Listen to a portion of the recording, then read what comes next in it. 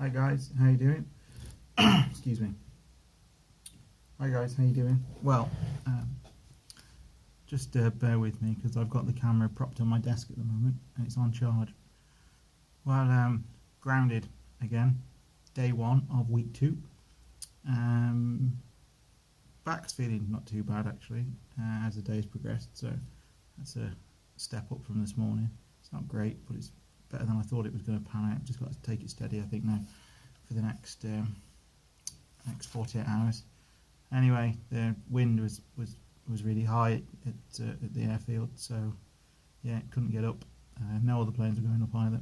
So yeah, bit of a bummer, but what can you do? So basically, been revising air law. And there's plenty to be going at. Got half this book, in fact. The other half is meteorology. So yeah, plenty of notes.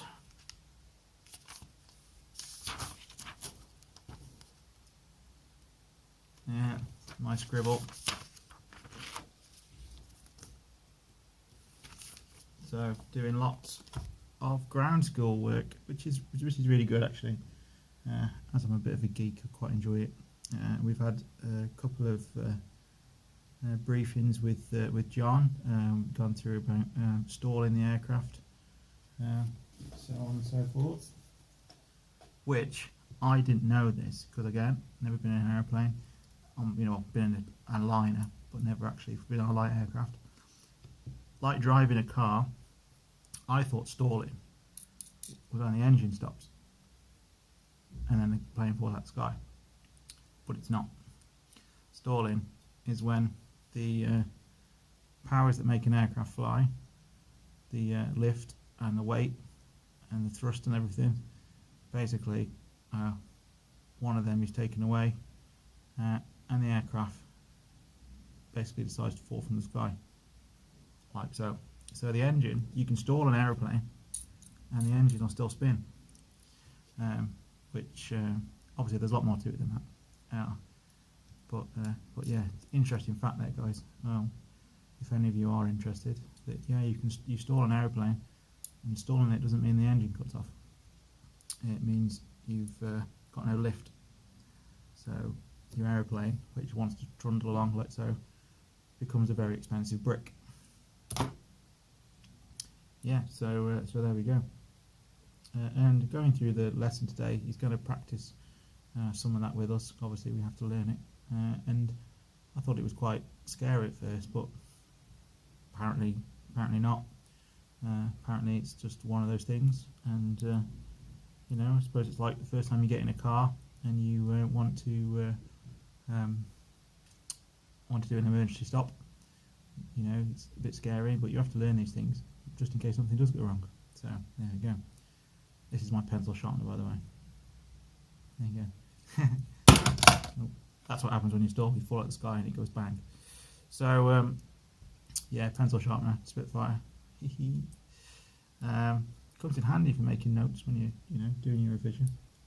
Anyway, I'm babbling on because other than revising, which is probably a bit boring for you guys, it's not been a lot of aeroplane activity. Just flying my Spitfire around the desk going meow. So yeah, that's it really. What I'm going to do now is I'm going to do some more revision. I'm going to go and have a swim in the pool, and then I think later on me and Dan said we're going to go to the cinema at some point, which is quite a nice break from hotel rooms and stuff, because although this is a lovely hotel and everything, you do get a bit of cabin fever. So you get so wrapped up in it you can't even pronounce your words properly.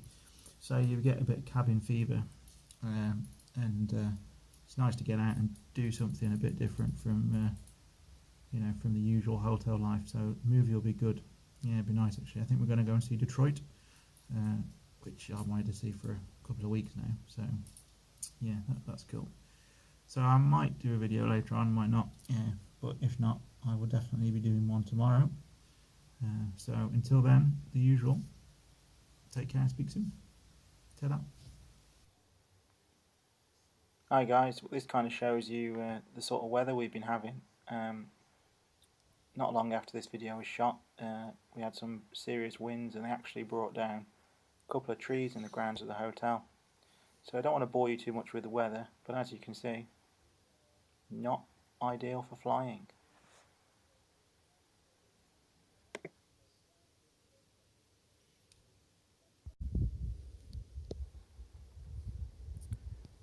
So one of the guys from the charity turned up. His name's Tony. I'll get the engine going. He used to fly Harrier jump jets for the RAF. He's still in the RAF. I can't remember his rank, but I believe that he's so senior now that he does lots and lots of desk work and not as much flying. So he needs to get his fix while he can. But he's a lovely guy, Tony. Anyway, myself and Dan watched Tony go out on his sortie. And we took great pleasure in the fact that it took him a couple of goes to start the engine. So yeah, I'm sure he'll curse me for this next time he sees me at an event, but here's Tony trying to start the Yellow Peril.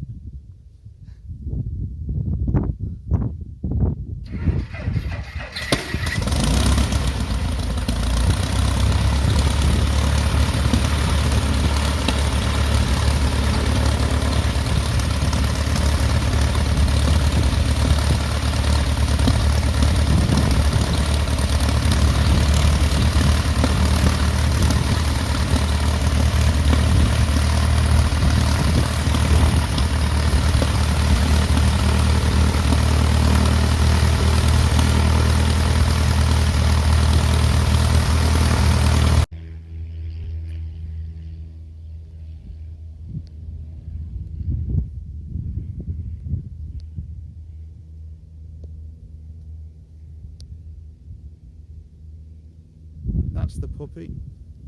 That's what I saw yesterday. What did we say it was? B52? Yeah. Massive, isn't it? It's a beast. Yeah, there's no pollution there. Even two black trails of smoke. I don't think I can get it on the camera. Sun's up. Sun. Yeah. That's a B52, ladies and gentlemen. So what do you reckon? Off to fly over North Korea. Paid for it?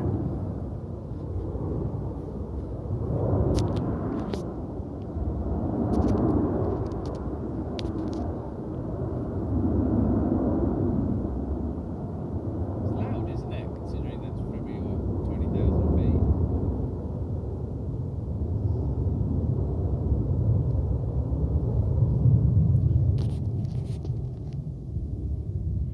So this was Tony's takeoff, and I'm sure he won't mind me talking over it. Apologies for the camera. It's only a camera phone and the sun was out. But we've been sharing the air with some B-52 bombers, some B-1s and a U-2 spy plane over the last couple of weeks. They've been at RAF Fairfoot with the Americans. They're obviously really active at the moment with what's going on in North Korea, and we've seen two B-52s flying literally on the same tack in formation quite regularly. We've seen one landing, well, one coming into land as one's been taken off. We even had one fly really low over the hotel, and they are just a phenomenal size. It's wow, it's just amazing. Had a B1 fly over as well the other day, and they're just, you just can't believe that, you know, obviously they're a high altitude bomber, and just the speed they go out through the sky is ridiculous. But yeah, it just gives you a bit of an insight. It was, even on the days when we haven't been flying, you know, obviously the military still fly. There's a lot going on around here. It's been really, really interesting for if you're a bit of a plane geek like myself. Although I couldn't tell you any of the info about the aeroplanes. I just know that they're big and they look really, really fun to fly.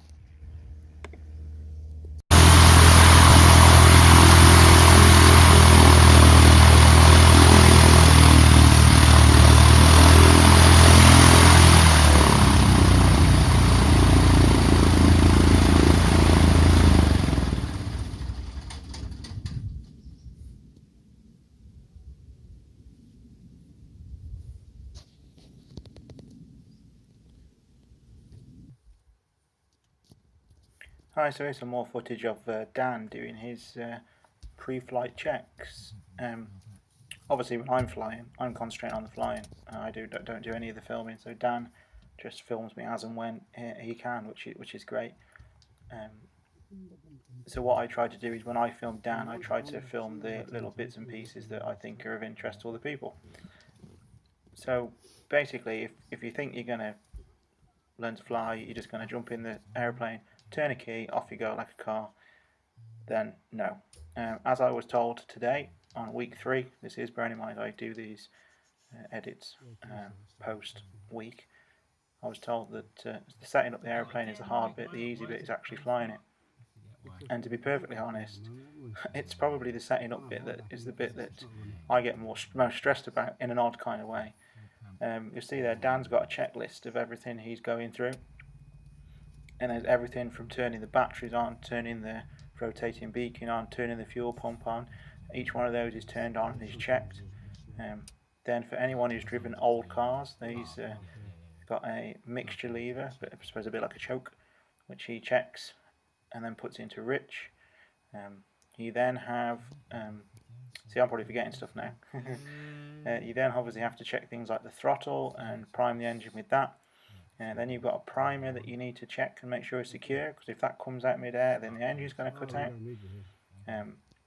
Then you have various different lights for the fuel pump and the suction that have to be checked. Then you need to check the oil pressure. You need to check that the battery's charging and the altimeter is at the right position. You need to then check the oil temperature. Then you check a thing called the magnetos, which is on the keys, which makes sure that the engine fires as it should. And you do all these checks basically twice, well 3 times really. You do them before you taxi, you do them before you take off, and then you checking more things during the takeoff. While there's still a chance, obviously, to sort them out before you get too high.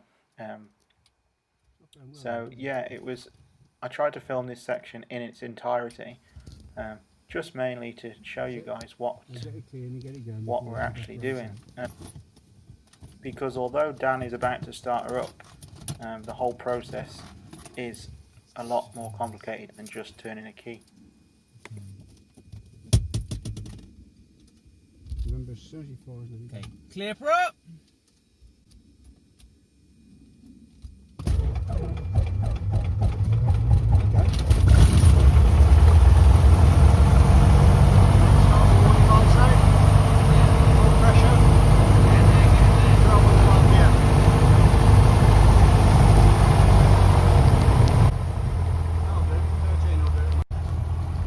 So Dan has now taxied from one hangar to the end of the runway, and he's now doing his pre-takeoff checks.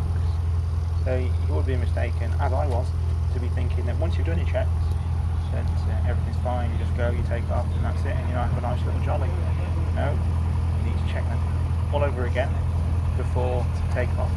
So, you know, next time you're on an EasyJet flight and you wonder what the pilot is doing, he's probably checking, and checking again.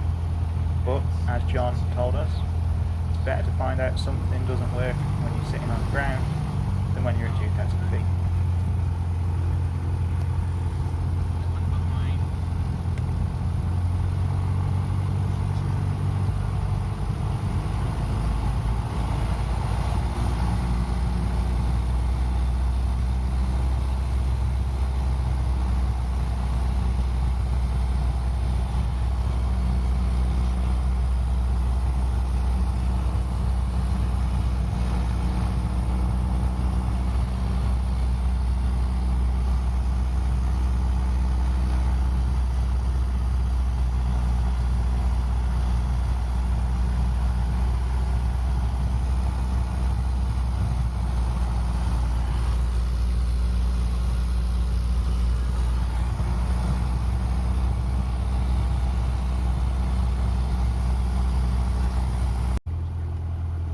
So now after you've done your checks, you obviously get your air traffic clearance to take off, which normally involves approaching the runway and holding behind the yellow line until everything's clear, and you get the signal to line up, and then once you've lined up, you then get the signal to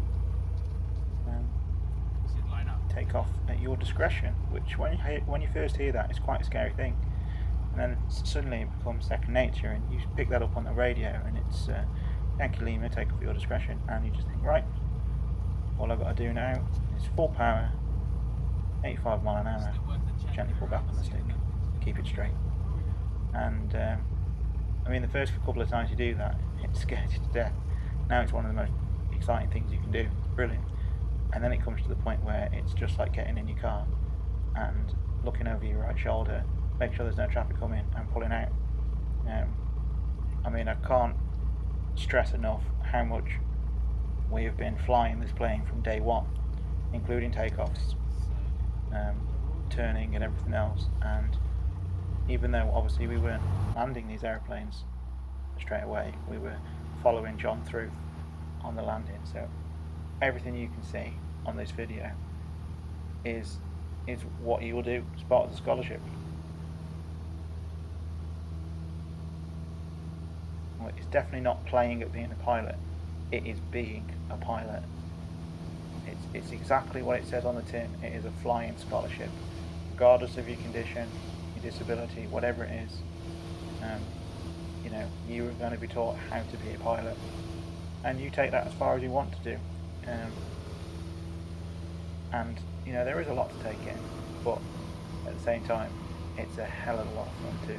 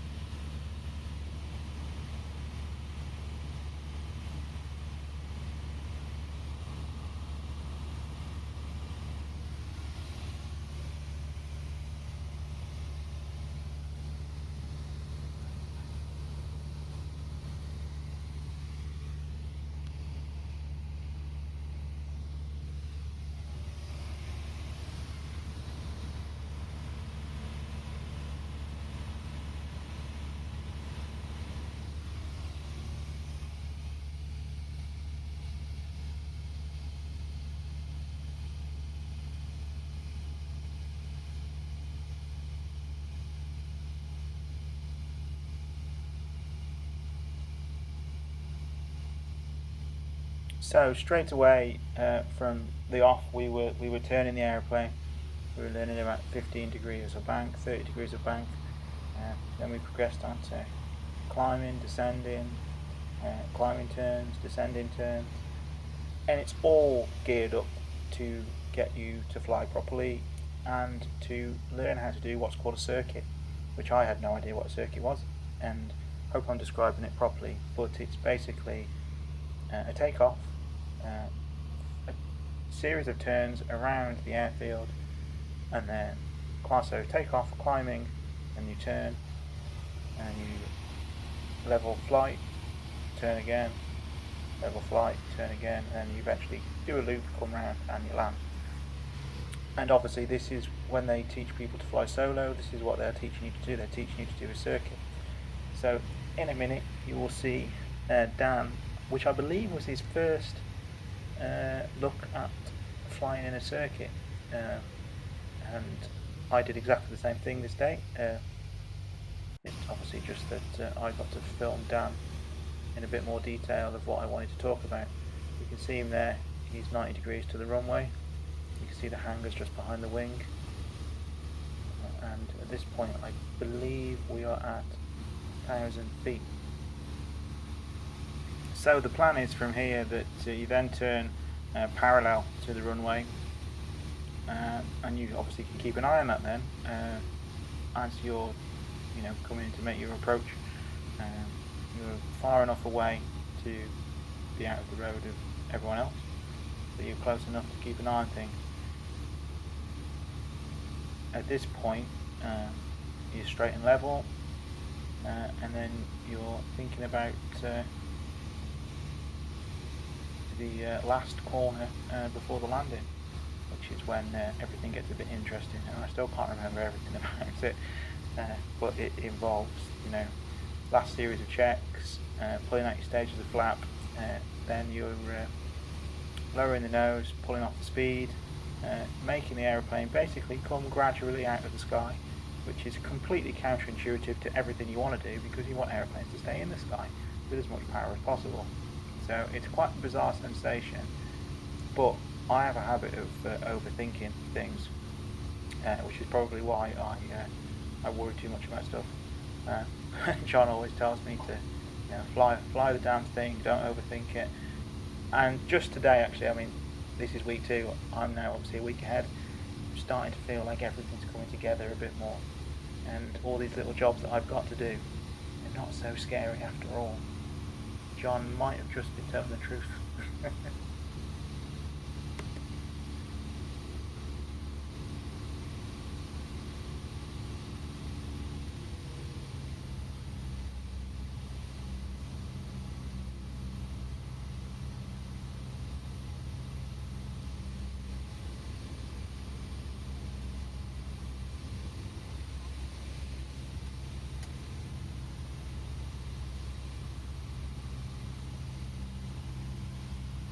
So at this point, Dan has made his last turn of the circuit, and he's turning into to land. Final approach. Then he calls his finals over the radio, and it's basically all about getting the plane down. Oddly, which is again completely against everything you think, he wants to get the plane down at speed and not slowly, because there's me thinking, yeah, you bring the plane down like really slow and everything else, but now it's like the worst possible thing you can do. So you're approaching the runway at 85 miles per hour, and when you first think about that, it scares the living daylights out of you, because you think 85 miles an hour, it's far too fast, it's far too fast, it's far too fast. But then eventually it just obviously makes sense. You know, you need that speed to make the aeroplane fly. The aeroplane wants to fly, and you don't really see it as landing the aeroplane. You kind of see it as flying it level and safely onto the deck. And even if, as John tells us, even if you're a foot off the ground, you're still flying it, you're still perfectly safe, and if the worst comes to the worst, you just put the throttle on, pull back, and you have another go. So this day was a bit choppy. As you can see, there was a bit of wind about, and again, you know, it was Dan's first go, but it was, you know, sterling effort, to be fair. And there wasn't a single time I didn't feel safe or anything. I felt fine the whole time. Once you've been in the light aircraft on a few trips up, you soon realise that they are a little bit wobbly, but they're actually wobbly in kind of a good way. Completely different to the liners. And there we are. Down, safe and sound. So what better way to celebrate than to smash out Chinese? What we got, Dan? What we got? Yeah, we Got celebrated in some style that day. compo chicken, got some deep fried chili beef, got a load of barbecue spare ribs, Dutch spring rolls, and what's this? What was that? Duck and plum sauce? Yeah, something like that. Yeah, hoisin sauce. Oh, some egg fried rice. Yeah. That's just Dan's, by the way. That's mine. I've had some soup. So I thought it only fair to show you where we've basically been working out of for the last couple of weeks. We're at Kemble Airfield. If you follow the signs from the road, or you follow the directions on Google for Aviate, which is a cafe, you come into this entrance here, and we are in the corner where they do a lot of the maintenance to all the airfield equipment and trucks. There's like a little engineers department, hence all the bits of cool engineering stuff lying around. I have no idea what any of it is, because I'm not really engineer minded. Although I know that's Harry's fencing, so there we go. But yeah, lovely surrounding, lovely bit of countryside. You see the road comes in, you'll see parts of dismantled plane and the hangar, and there's a little sign which is Griffin Air Club. and there it is down in the corner with the plane on top. Sorry, my footage isn't the best with the camera phone, but there's all your details for Griffin Aero Club, and honestly can't thank you guys enough. They've been brilliant, along with the charity. You know, John has been fantastic. All the other people we've met with the club have been, they can't do enough to help you basically.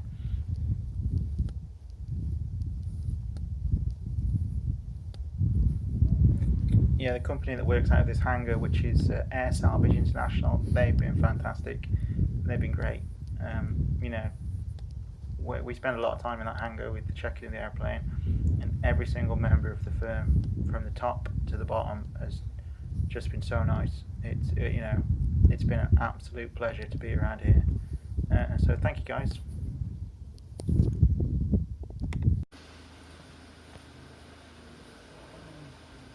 Well, this is as close as I got to flying today. Yay! So between the weather breaks and stuff, whenever we've been grounded due to wind or rain, we've made our own fun. Dan wanted a quick video that showed him getting in and out of the airplane. Just dump this in here for now, just simply so I can have something to talk about. No, I'm just kidding. It's actually really good watching how everyone in a wheelchair does it. Everyone's got their own little technique, and Dan was trying this because the plane had just been outside and it was really slippy, so he wanted to go getting onto the aeroplane while it was slippy, and he did it fantastically, and he got off really quick, no friction. I'm joking, it wasn't that bad at all. Yeah, it was just pushing himself, I suppose, to see what it was like to get in and out of it in the rain. And just before this, I got to park the plane for the first time, and I'm obviously a parking plane legend because just check out where this wheel is. I mean, if I was curling, that would be Olympic gold.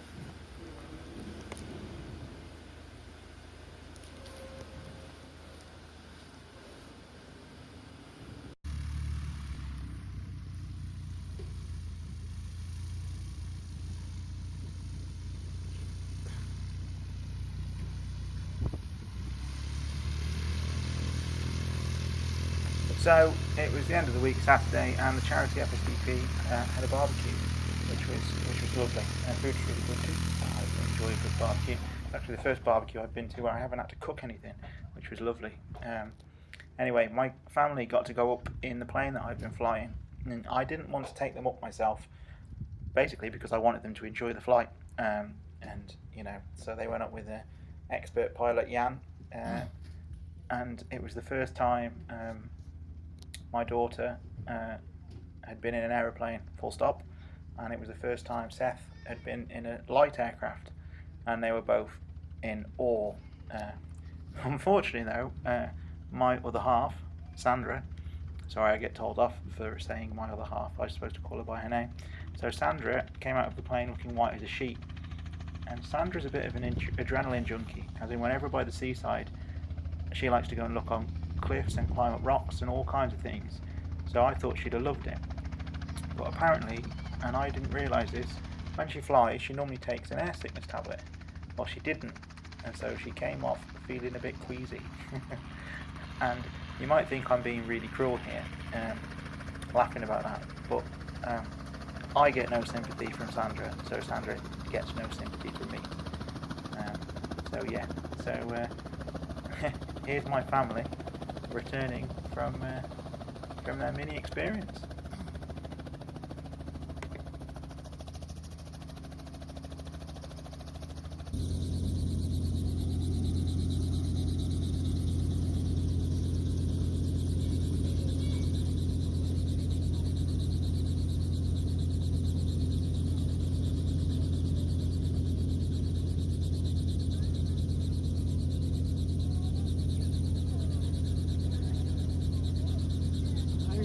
Ribbon, the man said. Yeah.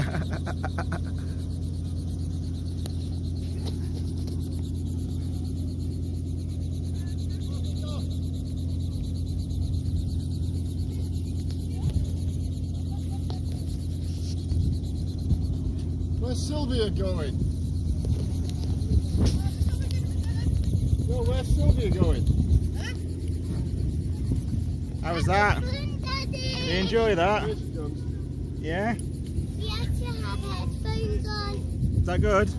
We have to have headphones on. What do you think, Seth? We have to have headphones on. Was it good, was it? We